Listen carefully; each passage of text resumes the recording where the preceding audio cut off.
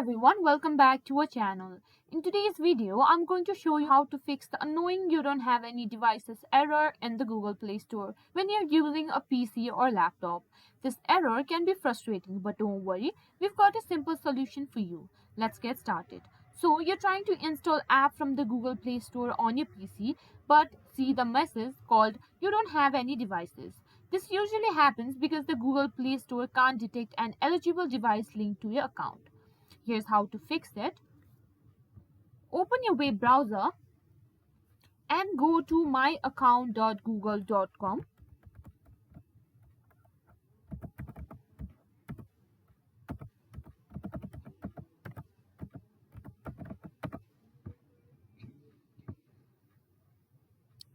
Sign in with the same Google account you use for the Play Store. On the left menu, click on Security. Scroll down to your devices.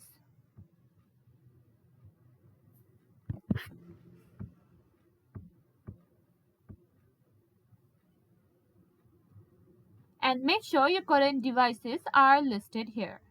If your devices aren't listed, try signing in and out of your Google account on your mobile device and then refresh this page.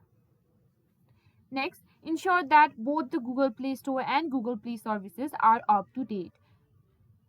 Open the Google Play Store on your device, search for Google Play Store and Google Play services. If there's an update available, tap Update.